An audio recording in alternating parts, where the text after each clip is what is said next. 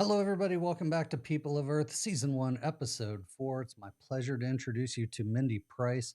Mindy was an invaluable part of my own personal career growth as I went from technical roles into more management and leadership. As part of what she was doing at the business I worked in, helping unravel how they worked, what they needed to do in order to get to the goals that they had set for themselves. Did they have the right people in the right seats, doing the right things? And that's what she does. She goes into these businesses and helps them and helps their leadership really just kind of re-architect what needs to be done in order to be more efficient and get their goals accomplished. So today we'll learn a little bit of the behind the scenes of what goes into that and how she thinks and how she looks at people, as well as processes. And also we'll get into a little bit of her own personal journey and how fitness has helped change her mentality and focus in the work that she does day to day. Now, if you've seen my intro video for the channel, I did mention that there was a few technical difficulties here and there, and this episode was where I ran into my biggest obstacle to date, which was my microphone was not picking up. But rather than doing some ADR and voiceover work, I think I figured out a way to adjust the levels here and there, and hopefully you can hear me well enough that this sounds all right, and you can hear the questions being asked. But most importantly, you can hear Mindy just fine. So bear with me if you hear some weird audio discrepancies. That's why. But as I've said in the beginning, I don't know what I'm doing. We're figuring this all out as we go. So can't wait to get into this. So I'll hold you no further. Welcome, Mindy Price.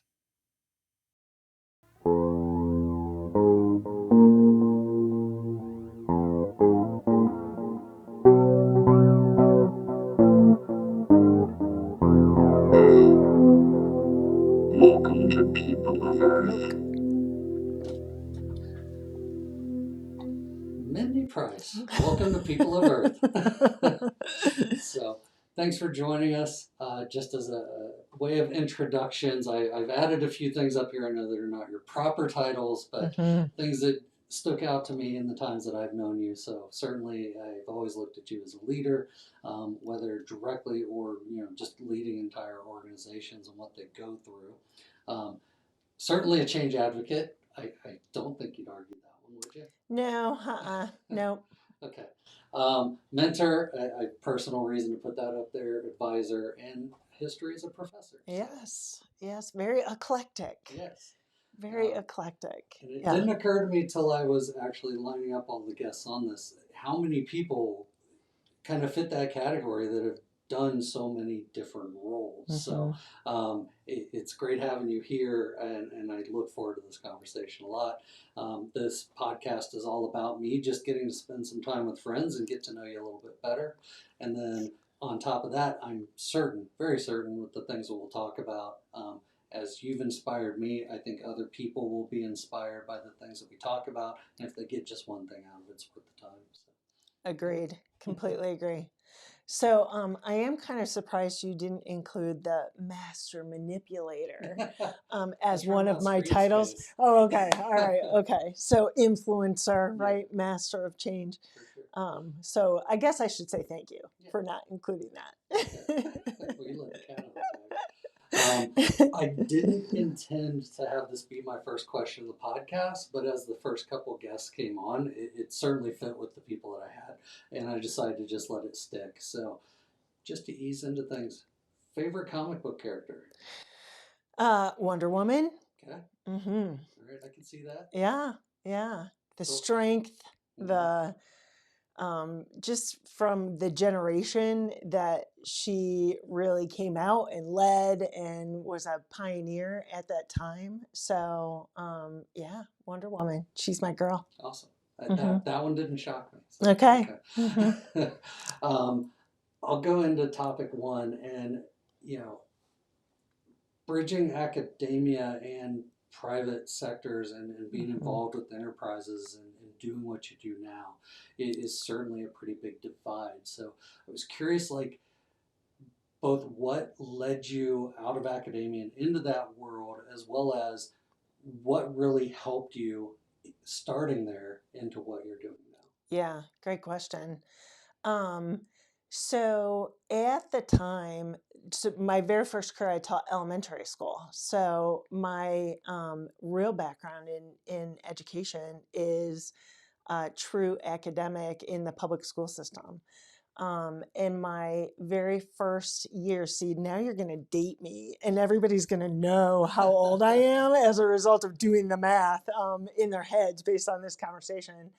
So it was the early 90s.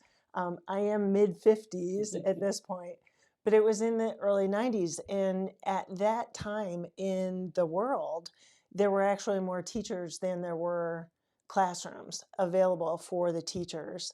And similar to today, it was not a career that you were getting rich on. So I spent my first 3 years out of college actually as a substitute teacher working across all of the districts. I was in Western New York at that time.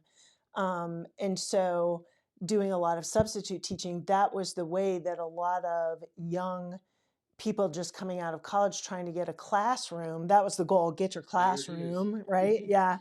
And so you got known in the area by being a substitute teacher. So you sort of took your turn in that time and waited for a classroom to become available. But in education, teachers stayed for all of their lifetime, 20, 25, 30 years.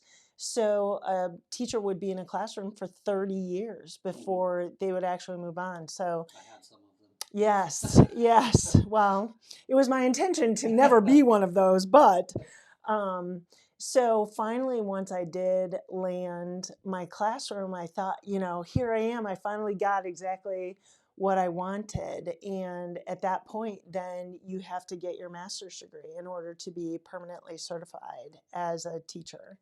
So here we are finally achieving what you thought was your goal, and then realizing you can't make a living and at the level of education that was required. So going back to school and paying for a master's degree and then trying to survive as a single person at that time, I found that it was increasingly difficult to be able to pay off my school loans and still maintain this career that I thought I was going to be in for the rest of my life. So at that point, now it's the later 90s where I had a friend that was actually working out here in Columbus, Ohio. Again, I'm going to date myself, for a long distance company. And any of those folks that are listening to our podcast that don't know what long distance is, they can Google it and actually go to the Smithsonian and learn all about long distance. Okay, great. Yeah, yes, exactly. Rotary phone. When you used to have to dial one to be able to make your phone call. Anyway, so I was working, or I got recruited by a friend who was out here in Columbus, Ohio, working for a long distance company who, at that point in time, they were actually creating their own software. So again, late 90s, it was the software development boom. Like it was, yeah, well, it was pre Y2K and everybody was developing their own proprietary systems. So we were moving from that manual to the automated world, but everybody was building their own way of doing it. And so this company had the foresight to recognize there were all these teachers out of work and all of this software that users needed to learn. And the only people that understood the software were the IT geeks, present company excluded. Of course, you're not. Yes. Yeah, or included, whichever you prefer. So they recognized the opportunity to hire teachers who were currently out of work or looking for a higher level compensation or a different career.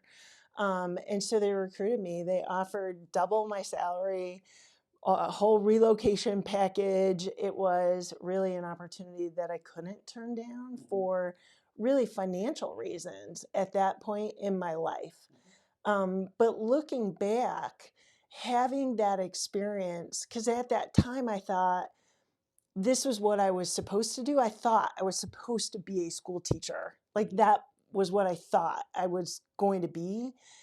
And then looking back, I realized it's what I needed at that time. And it has been the most important foundation that I continuously refer back to about what built my ability to be who I am today. So, the fundamentals of being able to teach a classroom of people, human beings, regardless of their age, to recognize the dynamics of the people in the room, to know what is it their different styles are, their different needs. And even substitute teaching for all of those years, I had to manage my own schedule. I never knew where I was going. You were thrown into circumstances on a day-to-day basis that you could never predict or anticipate.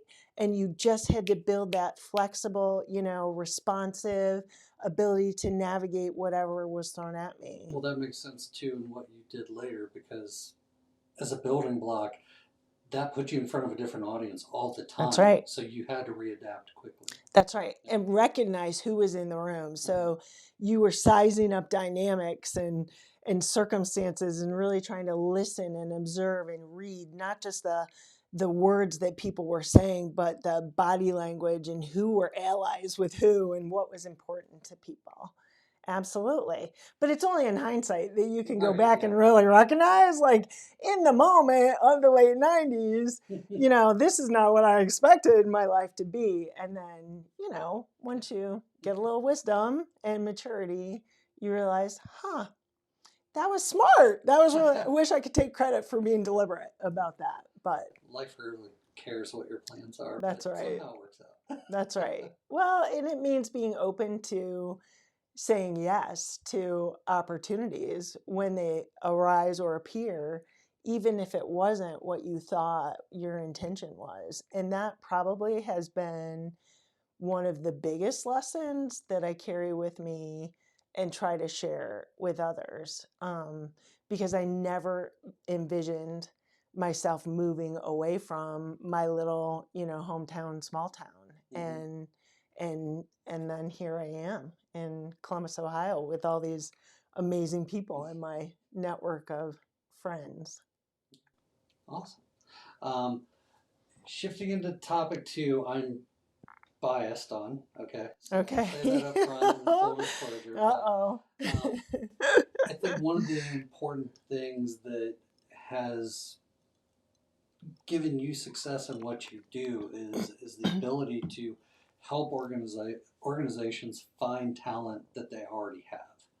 And I was just curious if you can kind of walk through like what your experiences have been there and kind of how you go about that, because if it was easy, then everybody would be doing it, and everybody would always be in the right seat. And I think that was one of the terms that you used back in the day, was the right seat, right butt in the right seat. So just curious a little bit there. Yeah, so I don't know if that goes back to, now that we sort of started talking about my history of being in the classroom and really trying to understand all of the people in the room from even at that elementary school level, maybe that's where it's all rooted in. But the idea of, looking at your own people probably was from some of that same time frame where here I was working for a company that was thinking differently about how they were staffing. They were again, like bringing in teachers to do the training of the software, where other companies were actually trying to use the software developers to teach the users how to use the software. And it was failing. I mean, it was miserable. And I so love my people, but I know, no, right? I know. Well, they want to talk about how it functions and not how to do the work. So it probably comes from some of that exposure to an organization that was just willing to staff differently by just taking a chance on someone like me who really didn't fit the typical corporate mold. I was a classroom teacher, and they brought me into corporate America So right there was just an experience I had of being somebody like that.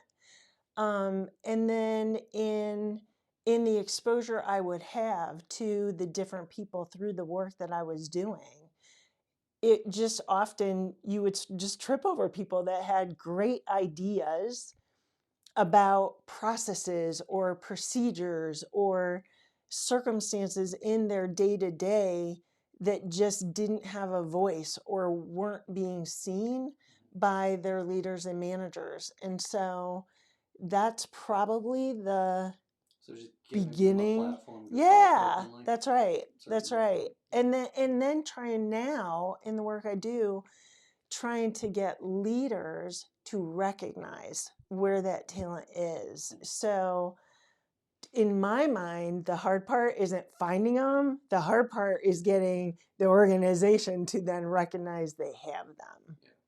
And I think I saw that from a couple different lenses. Certainly part of it was personal. Yeah. The other part, was as you were going through the airport at the time. There's some people that were not even on my radar at all that I wasn't really spending time with and talking about. And then lo and behold, it wasn't but a couple months into things that we're talking about forming a PMO, and we're building that within the organization, starting to bring different groups together and do things different that wasn't in the plans at all when we were going through everything. So it was eye opening for me for sure. Mm-hmm. Yeah. And I think just giving people the free reign to not only just have the thoughts and the conversation, but to try and fail. Some of the things we did easily could have failed, and some of them probably took longer than they should have. But we got there. So. Yeah. Yeah. And that's it. It's keep trying. It's improvisational. It is, it's not a failure. It's just an attempt. And if you need to adjust and pick up and do it again, that's great. Okay, let's just keep doing that. And this wasn't a planned follow up, but I will ask it. How often do you run into right idea, wrong time? And do you ever get the opportunity to go loop back on some of those things and dig them back up? So I run into right idea, wrong time a lot, but it's more of a perceived wrong time. Mm-hmm. So it's the person who needs to execute the idea isn't there yet. Yeah. So if that's what you mean by right idea, wrong time, it's it might maybe be. There's not the right leader to That's accept right. it. That's right. And then coming back to it, I think Yep. I found some. I don't know, I'll call them irritations. But when you have an idea and then somebody brings up, oh yeah, somebody tried that 5 years ago, 10 years ago, and it was a completely different world. Yes. And that's probably the situation. So trying to convince some of those people to go back to it. It's one of those things that I think people should be more open to readdressing some of those good ideas and seeing if it is the right time. Yep. Agreed. Mm-hmm. All right. So topic 3, driving change against the current. So one of the things I don't envy about what you do, but I still always envy the results.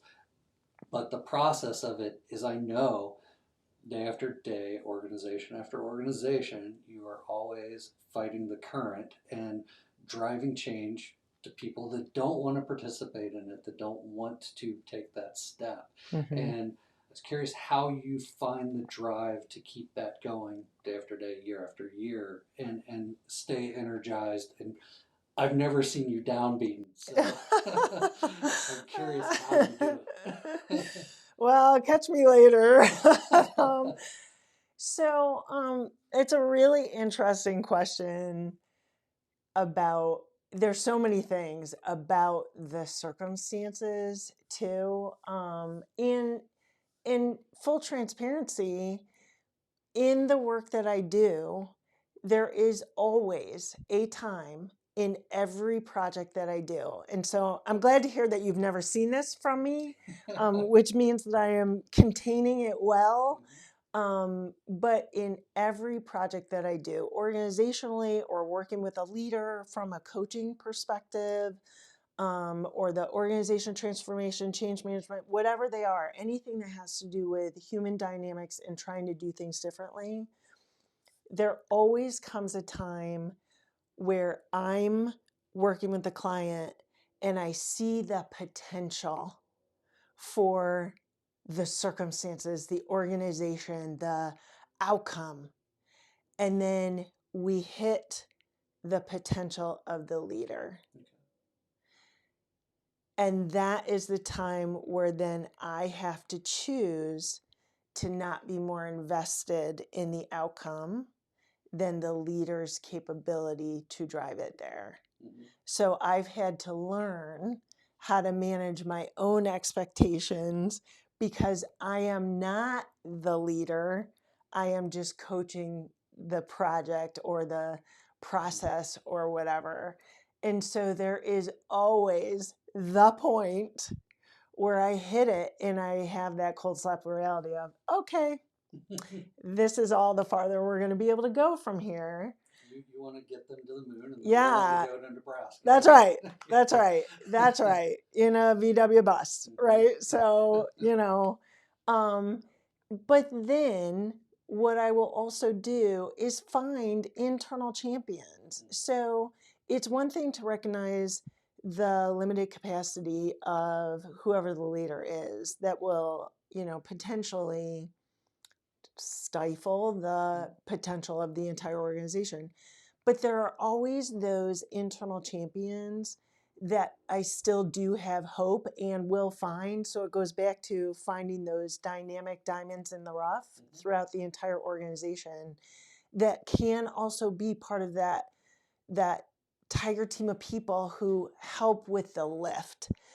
And finding that continues to inspire me, and keep me motivated and keep me hopeful that long after I leave, these folks will help to build the momentum and change happens incrementally.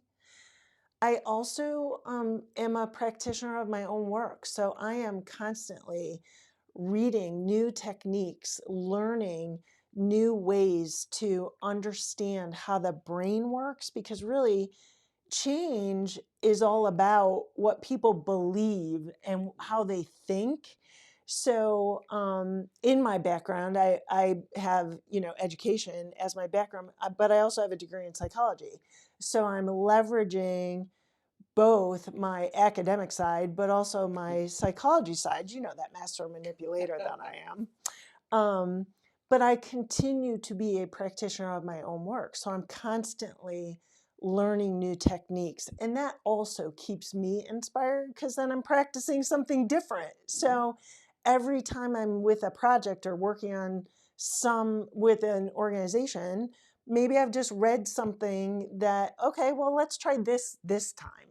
And so it also gives me something different to try, and I'm not doing the exact same thing over and over and over, even though sometimes the circumstances feel like they're the exact same thing over and over. But I will ask, do you have a patent, or did you apply for a patent on your system? I do have, yes. It's copyrighted. Okay, yes, good. Well, yes, yes. Thank you. Yes. So that has to be interesting to have a system, but I'm sure there's repeatable components, but there's very different elements that have to be applied to every place. Absolutely. That's absolutely I right. want to go back to what we were saying about the leaders and sometimes hitting their potential and how far they're willing to go.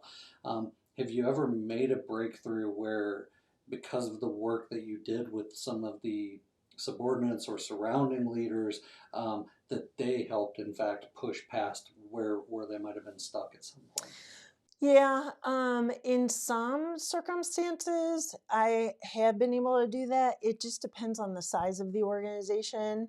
What I also find is there is so much turnover in organizations, and a lot of times, um, and again, present company included, once we find those high performers, those people that you do identify as high potential, they also recognize the limitations. Even if I don't point it out, they will also eventually recognize I can only do so much and I'm only going to move this organization so far. Yes.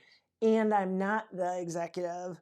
So maybe I need to go find my happiness somewhere else, and then, level up my skills and my abilities in an organization that would appreciate me for where I'm at. So, yes. Uncork the genie and they work elsewhere. Yes. And that's an unintended consequence of some of the work that I do as well, is when you do find those high performers and those dynamic diamonds in the rough, they then recognize that in themselves that maybe they hadn't before. And sometimes it does mean that they move on to move up, where they too then have moved on to a better something. Awesome. I think we hit no, I don't think I hit the recharge part of that. So Okay. how do you recharge? Okay. So I know that finding the right people, or at least having some percentage, it sounds like, within the organizations you're working with, can keep you motivated and keep you going. Yeah. But how do you recharge? So what brings you back? Yeah. So I am a big believer on continuous learning. So I know myself, again, I'm a practitioner of my work. So I practice what I preach.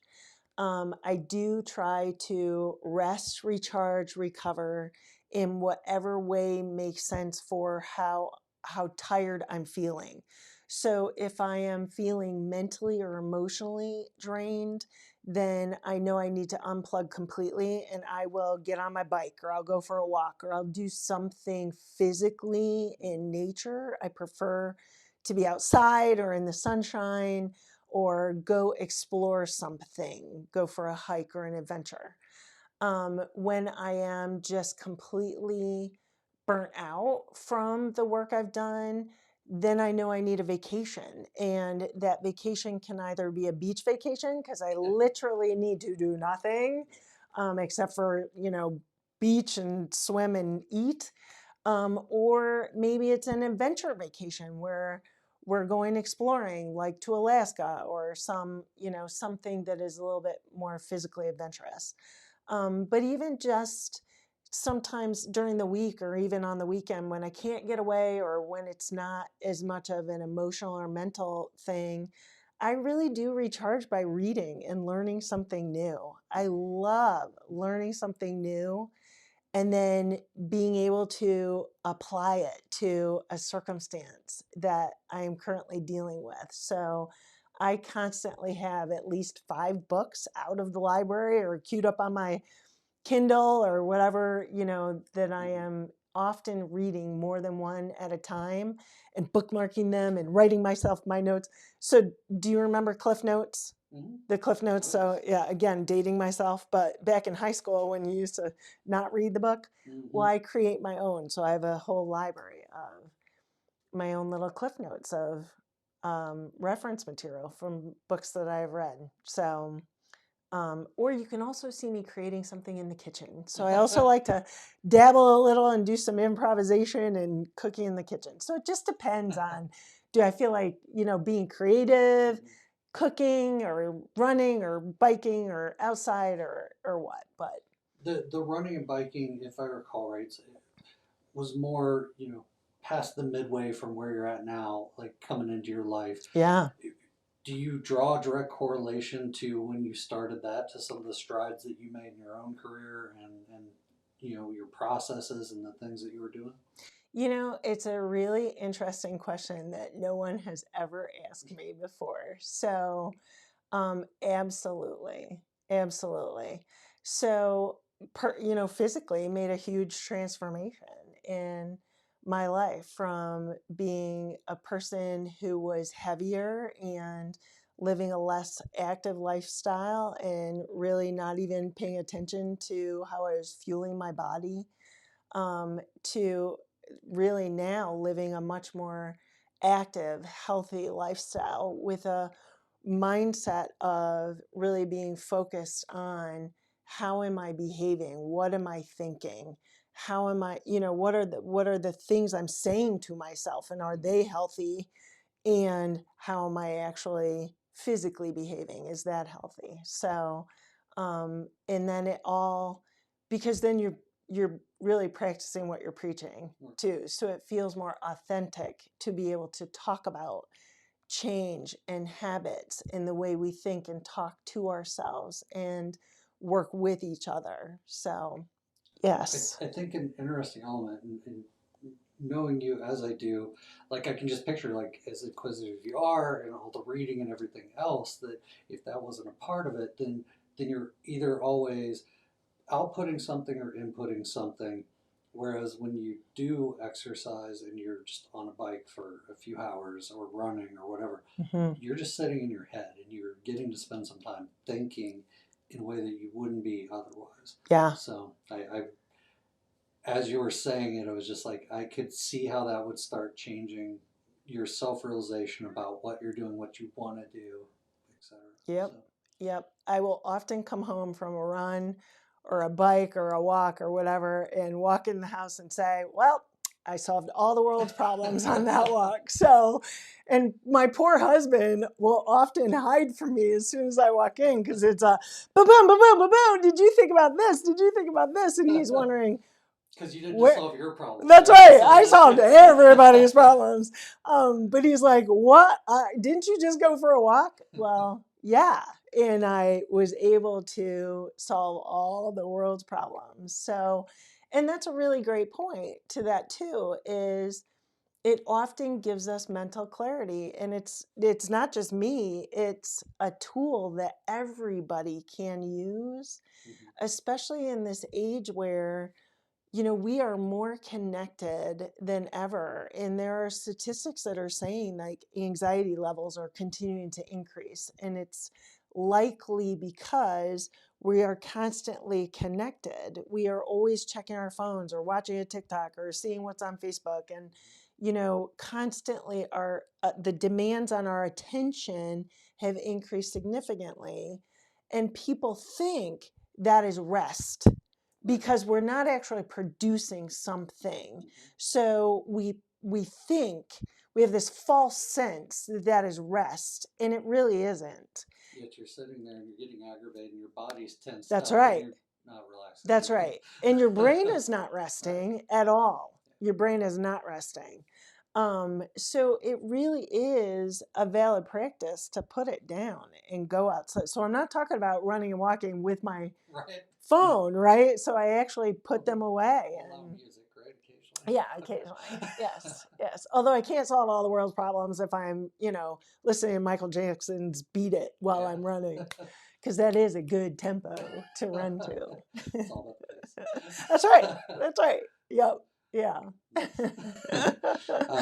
I think sometimes people spend too much time in their heads, sometimes not enough. That's true. And as I'm learning myself, just having these interviews with people is a recurring theme. Is, I think I said to you, like, I'm finding just the guest I lined up unintentionally, just how many things that they have their hands in, and how multifaceted they can be, and really finding the right balance to make each one of those things effective and still drive you forward and not let it consume you. So it's important to find your own balance. That's right. That's right. Yep. And I really agree with your comment there about it's the balance of spending some time in your head, but not too much time in your head, because it could be a deep, dark place for some people to go really deep and dark. So it's also a matter of is it quality time that you are spending in your head? Because that goes back to, what is your brain actually saying to you? How are you talking to yourself in your mind? And maybe that's where the exercise lends itself to it, is that you can only go to a certain level in your thinking because you're also still doing this other thing, right? That's right. So that'll keep you a little bit grounded in terms of hopefully where you go. Although I have to say, there are times I've gotten home from a run and I wonder, what route did I actually run today? I can't remember for sure. So it's kind of like driving home on Yes. autopilot. Like, did I stop at that stop? I'm not sure. So sometimes we do go deep, but yes. Awesome. I always do make it home, so that is a good thing. Good. I'm sure Mike would agree. Yeah, yeah. Unless depending on what you come home with. Yeah, that's true. congratulations. Yeah, yeah. All right, so I've decided to end the interviews with this question, and it stems from, I'm a big fan of music. I didn't come into it until kind of later in my childhood that I had any personal affiliation with music, but once I got going, it's all over. Yeah. But one of the things that I did early on was, if I was listening to any music, pre-internet days, I'll date myself. I'm looking at the magazines or the inside of the album cover, what t-shirts the band wearing, who's in their thank you lists, if there's another band mentioned.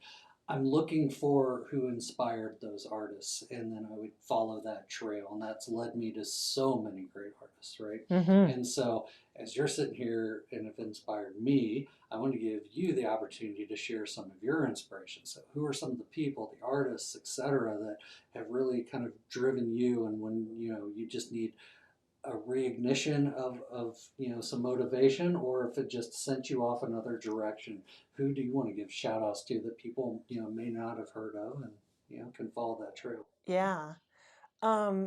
So I would probably take a completely different spin on that Okay. than, well, there's two sides to the answer. So I'll give you the, like the right answer. Brené Brown and Simon Sinek and, all the people who do all the leadership stuff. And I do a lot of reading on our tendencies and the way our brain works. So Gretchen Rubin and her book, The Four Tendencies, was really inspirational for me, to understand the different types of people and the dynamics and the behaviors that we exhibit as a result. I'm a practitioner of Myers-Briggs, so I've read the whole history of the Myers-Briggs, and it's very controversial with Catherine and the whole background in the history of the psychology behind that tool. So there's all of that. Of course, my dad was a huge inspiration on me. I didn't know it at the time because I spent a lot of time hating him, growing up, because he did do so many things that now you look back and you're like, huh, I get that. I understand why. He was probably my biggest cheerleader, my biggest fan. But the people I probably learned the most from are the hard circumstances I had in my life. So it's the ex-boyfriend who it was a very difficult relationship, and how that taught me how to not accept that in a relationship, and it made me a better wife for my husband today. It's the principal that didn't hire me for the classroom job that I really wanted, that then led me to coming to Columbus, Ohio for the career that I have here. It's the very last position that I had at Franklin University that I ended up exiting to start my company. So my inspirations are really a mix of those people who you would say treated you badly or was a very difficult circumstance, because it was an opportunity for me to look at it objectively and say, okay, what did I learn from that was me either accepting that behavior or needing to do something different because it was my responsibility that had, leveled me up to where I am. And then some of these other folks that I just enjoy what they have to say. Nice. Yeah. I get that. I've certainly learned a lot through adversity, more than I have been at times that I was set up for success. Yeah. So I get that. And in relationships, as you were saying that, I was thinking back to, it's easy to just cast a light and say that the other person in a relationship was the bad egg, right? I've used opportunities with previous relationships to look back how I acted and said, Mm-hmm. okay, I'm not going to be that person again. That's right. I don't think they were not at fault, but at the That's same right. time, it was just probably not the right culmination. But I knew, like, okay, I'm not going to be that way going forward. And Yep. so, I think things have worked out. We're at near 30 now. So, Well, yeah, yay. And we're almost at 25. So I think we've done something good. awesome. Absolutely. Absolutely. Yeah. Well, Mindy, thank you for this. I That's my appreciate it. pleasure. That's my pleasure.